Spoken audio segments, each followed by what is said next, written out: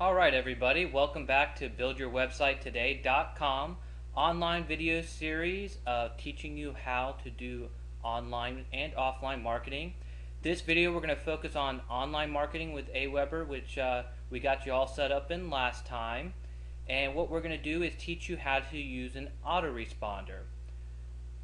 We personally love to use autoresponders. They're the marketing that you do online that is the set it and forget it.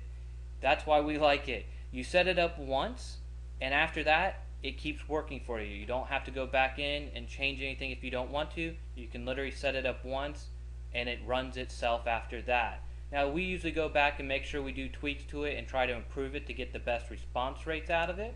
But it's something that really takes minimal work and time on your part besides the initial setup. Now, what we're going to do is log into our Aweber account. On the front screen, you'll see the list stats that tell you how many people signed up today, yesterday, your total subscribers, how many people have unsubscribed from your list that no longer want to hear from you, and then your grand total. So this is like a nice little snapshot of how your account's doing. Obviously, we have all zeros because we're just setting up this brand new so we can teach you and show you how to use it. Now, what you're going to do to set up your autoresponder is you're going to go up to Message and Follow Up. Now, as you can see, we already have our welcome email, which is what you created in our last video. And then we've already gone in and created one autoresponder message. Now we're going to go ahead and walk you through and just show you how to create these. The neat part about using Aweber is you can create as many autoresponders as you like. Like I said, the other competition out there, they limit you. We tried one that they only let you do 5 autoresponders, which wasn't enough to get done what we wanted to get done with communicating with our customers. Aweber, like we said, is great because they give you the full range to do what you need to do. Now, a couple of things you want to see here is you have message 1, message 2, you can have 3, 4, 5, 10, 20, however many you're looking to have. Interval, this is how long it takes to send. This sends on day 0, so that's the day they sign up. Then we set this one to send 3 days after that person signs up.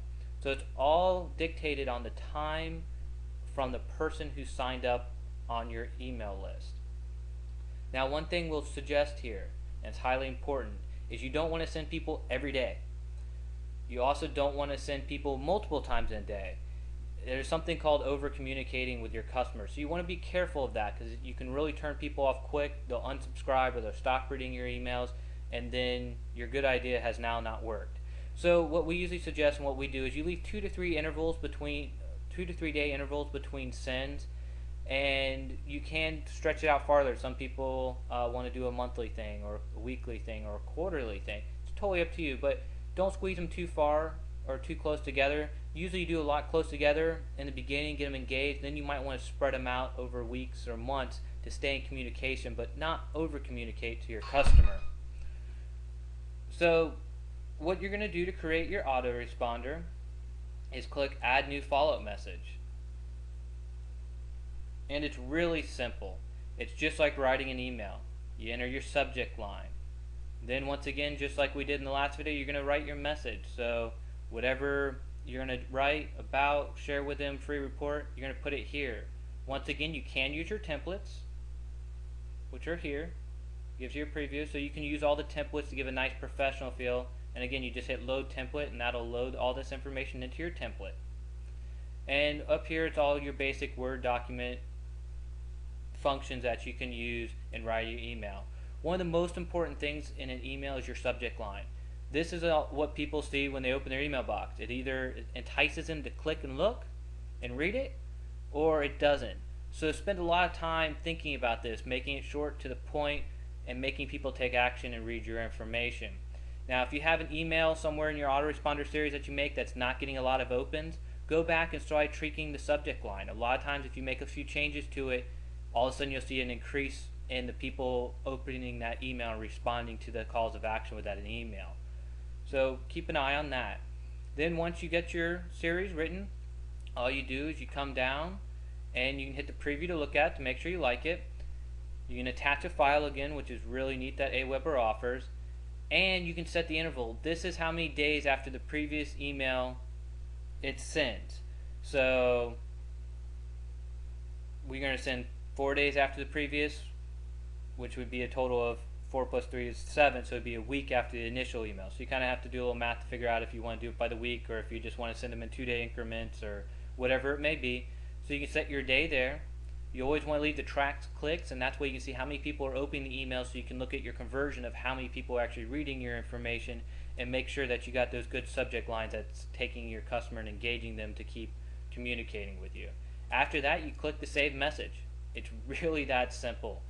So what we suggest is, once you do that, it sends you back to your follow-up, is you go through it, and if you're going to use the autoresponder, set up a nice series of emails. The biggest thing and the biggest mistake I see people make here is they think it's a sales pitch. All they're going to do is send out a bunch of sales letters and a bunch of, I'm going to sell you this, I'm going to sell you that, I'm going to sell you this, in their autoresponders. If you do that, people will, one, maybe put you in their spam folders.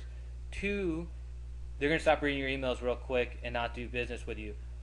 A good rule of thumb is do 80% content, meaning sharing them, giving them free information, helping them, and 20% or less of your actual sales pitch of, hey, come do business with us, hey, this is our service or our product.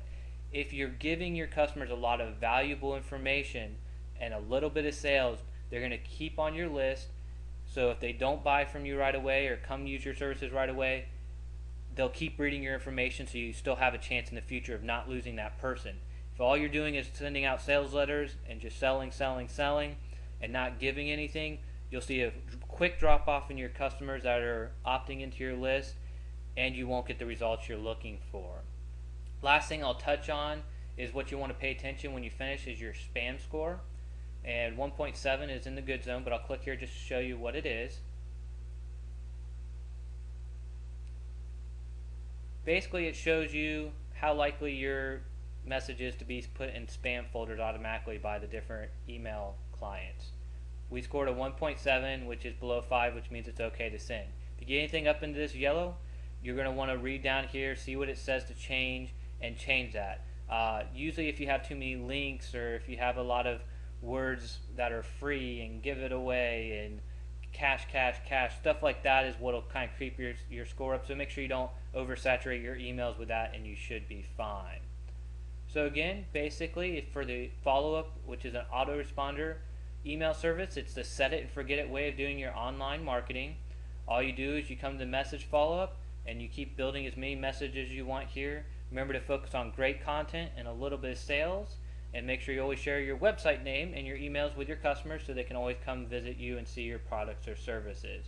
We hope that if you try to do the autoresponders, this has gotten you started, and that we wish you much success. In our next video, we're going to teach you how to do just simple broadcasts, which means if you're going to do a monthly newsletter or a weekly newsletter or some type of quarterly newsletter, or something where you're just going to type up new information and send out in one-time shots. Realtors get a new listing and they just want to send this house out to their list. We're going to show you how to do that, and it's called broadcast messages in our next video. So stay tuned, watch our next video, and we wish you the best of luck.